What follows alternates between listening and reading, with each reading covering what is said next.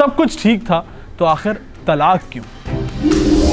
3 साल के अंदर ऐसे घर का माहौल ऐसा हो गया कि ना मेरी सास से बनती थी ना शौहर से, बस बिना छोटी छोटी बातों पे लड़ाइयाँ होती थी जिसकी वजह से हाथम पाई होती थी। और आलिया सानम जादू टोने पे यकीन रखती है कि इंसान को कब्र में और ऊँट को हांडी में पहुंचा देता है। अल्लाह।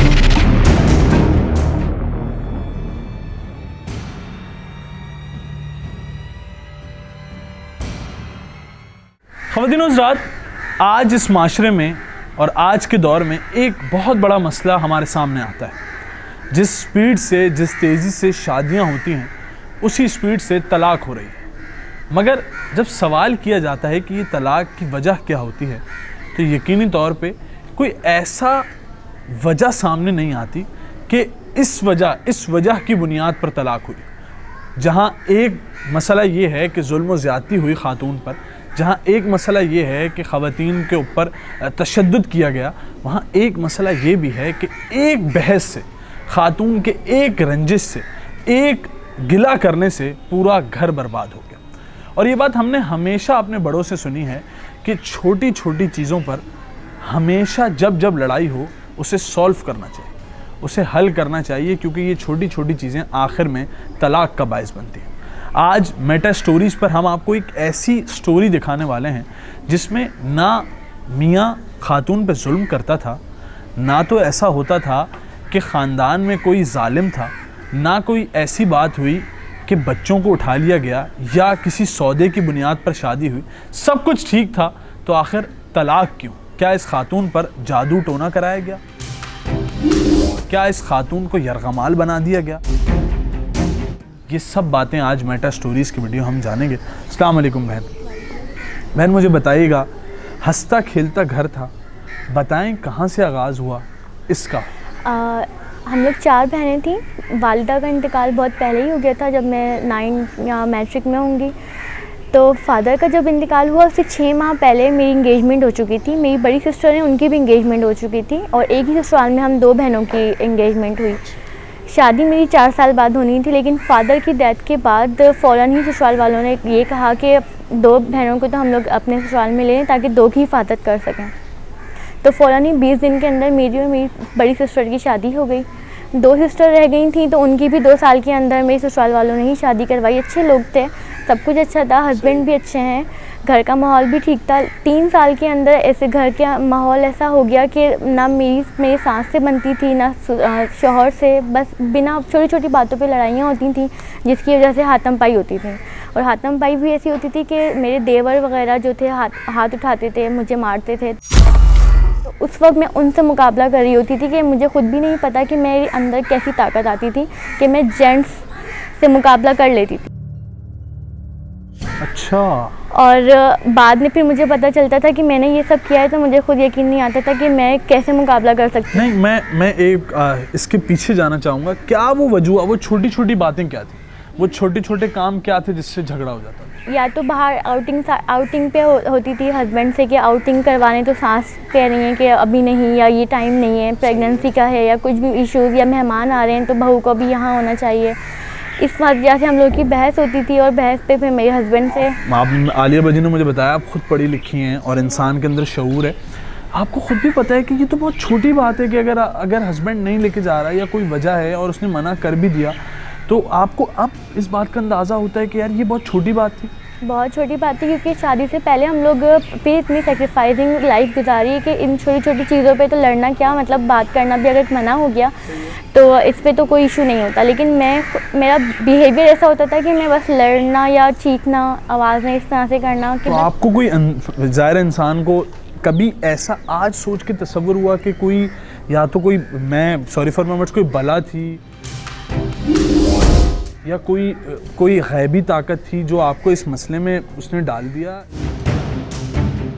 क्या मामला हुआ? जब मैं इस सिचुएशन से गुजर रही थी तब तो मुझे बिल्कुल आइडिया नहीं होता था, लेकिन जब ये मराहिल लड़ाई झगड़े के हो जाते थे तब मुझे मेरे घर वाले या मेरी बहनें मुझे बताती थी कि तुमने ऐसा किया, तुमने ऐसा कहा, तो मुझे यकीन नहीं होता था कि मेरे अल्फाज हैं या मैंने ऐसा किया है, क्योंकि मैं एजुकेटेड हूँ, जॉब भी करती रही हूँ, पढ़ाती भी रही हूँ, लेकिन वो जो बिहेव मेरा होता था ससुराल में, तो वो ऐसा होता था कि जैसे मेरा वजूद ही नहीं है। जो हरकतें मेरी बताई जाती थी कि मैंने ऐसा किया है अपने हस्बैंड के साथ या मैंने अपने ससुराल वालों के साथ ऐसा किया है, और सबसे बड़ी बात ये कि डिवोर्स मैं खुद मांग रही थी अपने मुंह से, जो कि उसको चाहिए भी नहीं थी। क्या दिमाग सोच उस वक्त क्या की सोच थी, ज़रा उस सोच पे उसके हवाले से बताएं। उस वक्त तो मैं उस वक्त के बारे में तो आपसे नहीं कह सकती, लेकिन हाँ अब ये बता सकती हूँ कि मैं डिवोर्स नहीं चाहती थी, क्योंकि आप देखें क्योंकि फादर भी नहीं है, मदर भी नहीं है, कोई ब्रदर भी नहीं है, कोई बैक पे है ही नहीं, तो मैं किसकी बिहाफ पे जाऊँगी। अब वो तसव्वुर उन जुमलों पे अब गौर करती हैं, कभी पछताती है, कभी उसको लगता है कि मुझे नहीं समझ में आता कि वो मेरे जुमले थे। और जितना इन्होंने मुझे बताया कि जैसे ही इन्होंने डिवोर्स पेपर्स को साइन किया है, बस कमरे से शायद बाहर ही आई होंगी, अब पेपर साइन करने से एक लम्हे पहले तक शौहर मना कर रहा है कि ये मत करो, ये मत करो, और इसके जहन में कि भूत है कि नहीं मुझे कुछ अलहदगी चाहिए, मुझे कुछ घर में नहीं रहना, मुझे कुछ नहीं। यहाँ तक कि इसने अपने बच्चे भी दे दिए अपने शौहर को रिटर्न। आलिया सानम जादू टोने पे यकीन रखती हैं?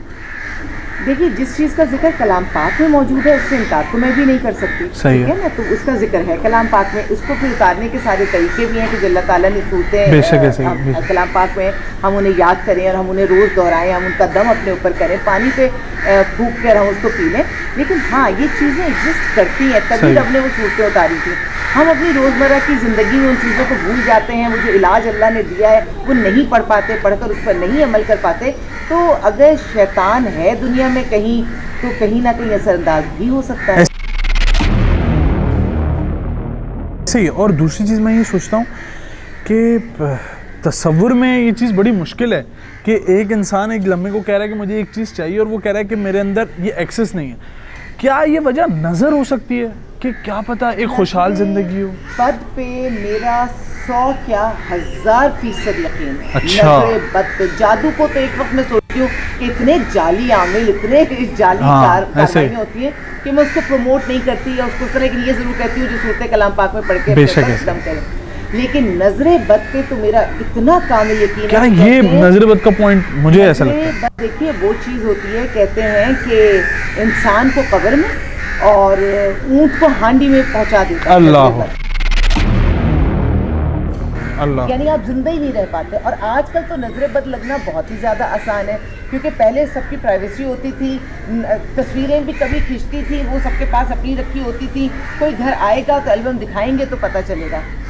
अब अभी आपने खुशी के लम्हात मुकम्मल पूरे मतलब हुए भी नहीं ना, व्हाट्सएप पे डाला और 100 लोगों ने आपने डाला, 100 ने देखा, 1000 ने देखा, और जितने बड़े आप हैं, जितने बड़े और मशहूर इंसान हैं, उतने ज़्यादा लोगों ने देखा। पता चला कि वो जो 10 मिनट की आधे घंटे की खुशी थी, उसको 11वां मिनट या पूरा घंटा फिर नसीब नहीं होता। ऐसे ऐसे हादसात, ऐसे ऐसे वाक़यात, क्योंकि जिसके पास वो चीज़ नहीं है उसको हसरत हो सकती है।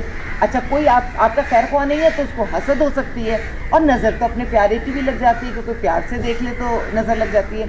और सारा माशरा लगा हुआ है इस वक्त अपनी खुशियाँ उन्हें दिखाने में जिनको आपकी खुशियों से तकलीफ़ होती है। अल्लाह होगा। बहन, मैं आप पे वापसी आऊँगा। अब आपको वो पावर या वो सोच अब आपको फील होता है कि वो ख़त्म हो गई? क्या उस घर का कोई खिंचाव था, या वहाँ कोई जादू टोना था, या किसी की नज़र थी, या ज़िंदगी में कभी ऐसा होता है लाजमी तौर पे कोई दोस्त इंसान को अपने खानवादे पे भी बड़ा शक होता है कि यार ये लोग भी जादू टोना करवा सकते हैं, कोई ऐसी बात थी जहन में? मुझे बेसिकली मैं ये कहूँगी कि नज़रबद और दूसरी रूहानी मामलात मुझ पे रहे हैं, क्योंकि जो मेरी चीज़ें मुझे बताई गई थी तो वो तो नज़रबद से नहीं हो सकती हैं, वो रूहानी मामलात ही रहे हैं। और दूसरी बात ये कि जब मेरा पहला बेटा हुआ था तो उस वक्त मेरी जेठानी की बेटी हुई थी, तो उस वक्त बहुत सारे ख़ानदान में लोग थे कि हमें तो लग रहा था यहाँ बेटा होगा, यहाँ बेटी होगी, लेकिन हो उल्टा गया। और जब दूसरा बेटा मेरा हुआ तब लोगों ने इतना बोला कि मतलब इस तरह की दूसरा भी बेटा हो गया, इस तरह इन लोगों ने बोला। देखने आते थे तो इस तरह की बातें होती थी जो मुझे बुरी लगती थी कि ये तो मेरे हाथ में नहीं है। और दूसरा ये कि नज़रबद इस तरह से कहूँगी और रूहानी मामला इस तरह से कहूँगी कि जो मेरी चीज़ें थी, जो मेरे अंदर ताकत आती थी कि मैं ख़ुद अपनी बहन से अगर लड़ाई हो तो मैं उनसे भी मुकाबला ना कर सकूं, लेकिन मैं जब देवर और जेठ वगैरह आते थे तो मैं उनसे मुकाबला कर लेती थी जिस्मानी तौर पर, कि अगर वो मुझे मार रहे हैं तो मैं उन्हें रोक रही हूँ और बाकायदा मार भी रही हूँ। तो ये चीज़ें मुझे समझ में नहीं आती। और दूसरी बात, जब अभी भाभी ने जो मुझे याद दिलाया कि जब डिवोर्स हुई थी, डिवोर्स के बाद एंड टाइम तक मेरी वकील जो हैं वो ये कह रही थी कि लास्ट टाइम सोच लो, बच्चों का मामला है। तो मैंने खुद अपने मुंह से कहा कि मुझे डिवोर्स चाहिए, मुझे इस घर में नहीं रहना, बच्चे बाहर में जाएं। और इस तरह के मेरे अल्फाज थे, मेरा बॉडी लैंग्वेज, मेरा टोन, सब कुछ चेंज था। लेकिन जब पेपर साइन हुए हैं, हस्बैंड गए बाहर, मैं भी रूम से बाहर निकली हूँ, तो अफसोस है इस बात। टू द पॉइंट, मतलब फ़ौरन ही एकदम मुझे ऐसा हुआ कि मैं इस तरह रो रही थी कि जैसे जो हुआ वो नहीं होना चाहिए था और जो मैंने कहा वो मैंने नहीं कहा। और मेरी सिस्टर खुद हैरान थी, वो भी मेरे साथ थी कि तुम ही अपने मुंह से मांग रही थी, हमने तुम्हें समझाया, अब तो हो गया। ये में बहुत कुछ हो सकता है और इनके केस से इस चीज़ को आप सीख लीजिए कि हर एक दोस्त नहीं होता है। और अगर ये इनकी सास थी और इनकी सास इनको कहती थी कि जब आप विलादत के सारे पीरियड से आप गुजर रही हैं और आपकी कोख में आपकी औलाद है, मत जाइए समंदर पर। देखिए कायनात है ना, कायनात में सारी मखलूक़ात होती हैं। यहाँ वो मखलूक़ात भी हैं जो हमारी दोस्त हो सकती हैं, वो मखलूक़ात भी हैं जो हमारी दुश्मन हो सकती हैं। तो उन जगहों पर ये चीज़ें होती तो हैं।